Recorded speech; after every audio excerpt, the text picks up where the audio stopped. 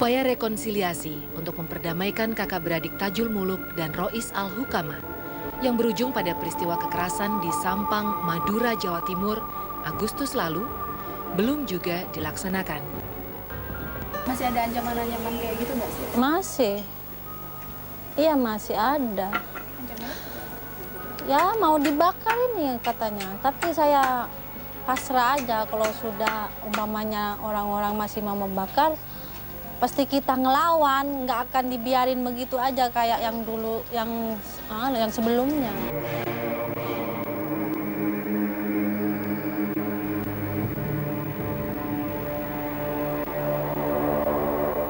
Rekonsiliasi ini merupakan harapan bagi dua kelompok aliran yang bertikai.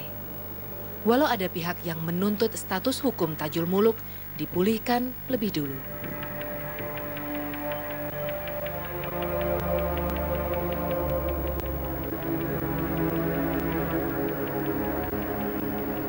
Tajul Muluk kan masih dalam status hukum yang ya terpidana atau terhukum. Nah, itu sebenarnya harus direhabilitir terlebih dahulu. Jadi dialog itu atau rekonsiliasi itu sebenarnya akan lebih baik dilakukan dalam satu alam yang terbuka, tidak ada semacam ya keberpihakan, atau mungkin dalam kasus ini orang diajak dialog tapi statusnya masih terpidana, ini nggak mungkin gitu loh. Jadi sebaiknya dibebaskan terlebih dahulu dari segala tuntutan hukum, baru dialog kemudian dimulai. Saya kira kalau dialog digelar secara bermartabat, dialog itu akan memberi manfaat buat keharmonisan masyarakat di Sampang dan di Indonesia pada umumnya.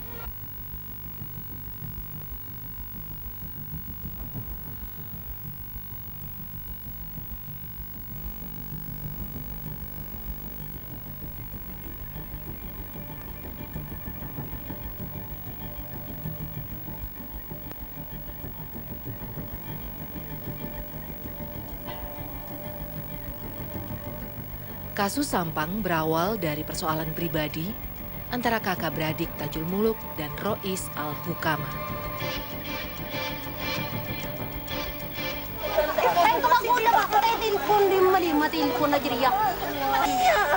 Saya melihat itu anaknya sendiri, melihat itu yang dibacok. Itu anaknya? Anaknya yang melihat sendiri yang dibacok sama orang itu. Itu Pak Hosen yang lalu. Iya, tahu.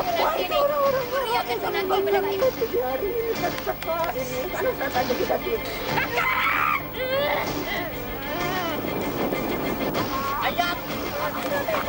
Berapa? Sekolahan. Iya, sebetulnya pemicunya itu keluarga. Tapi kan sekarang sudah bukan keluarga lagi, ya, Bang.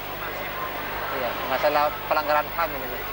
Masalah keluarga ya itu masalah saya sama Rois itu ada masalah, sebetulnya masalah persaingan santri itu tadi. Terus masalah perempuan juga.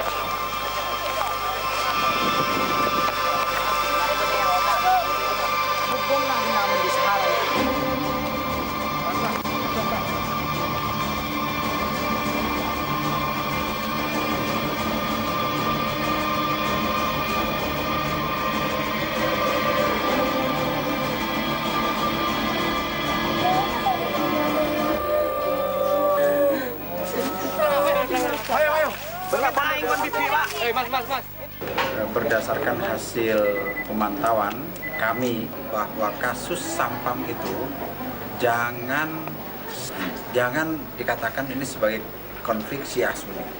Persoalan yang paling utama sebagai pencetusnya itu adalah konflik keluarga, karena yang namanya Tajul Muluk ya, ini tokoh Syiah, dan juga Ustadz Rois, tokoh Sunni di sana, itu kakak beradik yang dia konflik karena ada suatu masalah yang juga tidak baik untuk disebutkan, suatu masalah.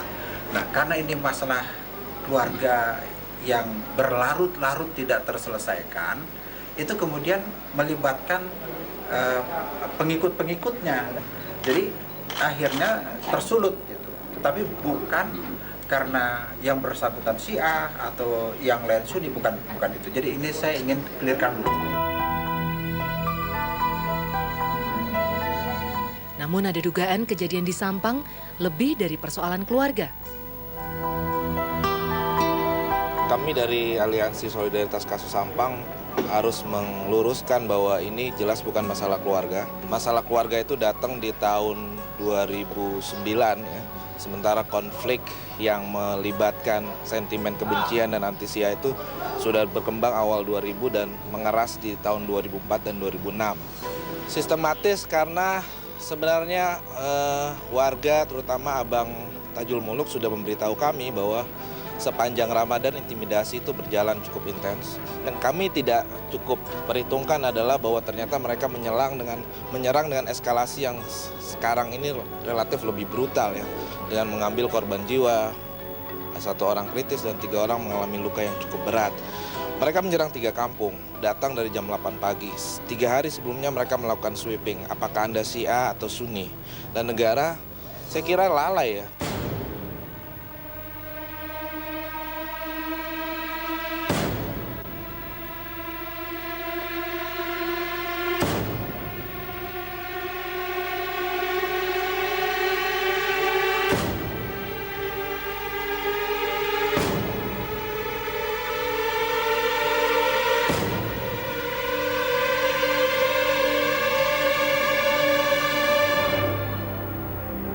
Padahal konstitusi kita mengatur bahwa tanggung jawab negara untuk memberikan perlindungan kepada warganya berkaitan dengan hal-hal seperti ini.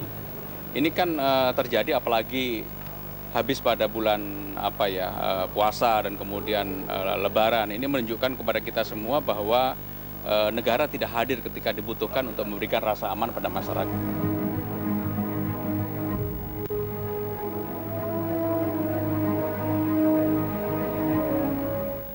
Rekonsiliasi membawa dampak pada nasib pengungsi dan relokasi yang ditawarkan sebagai solusi bagi kelompok Syiah.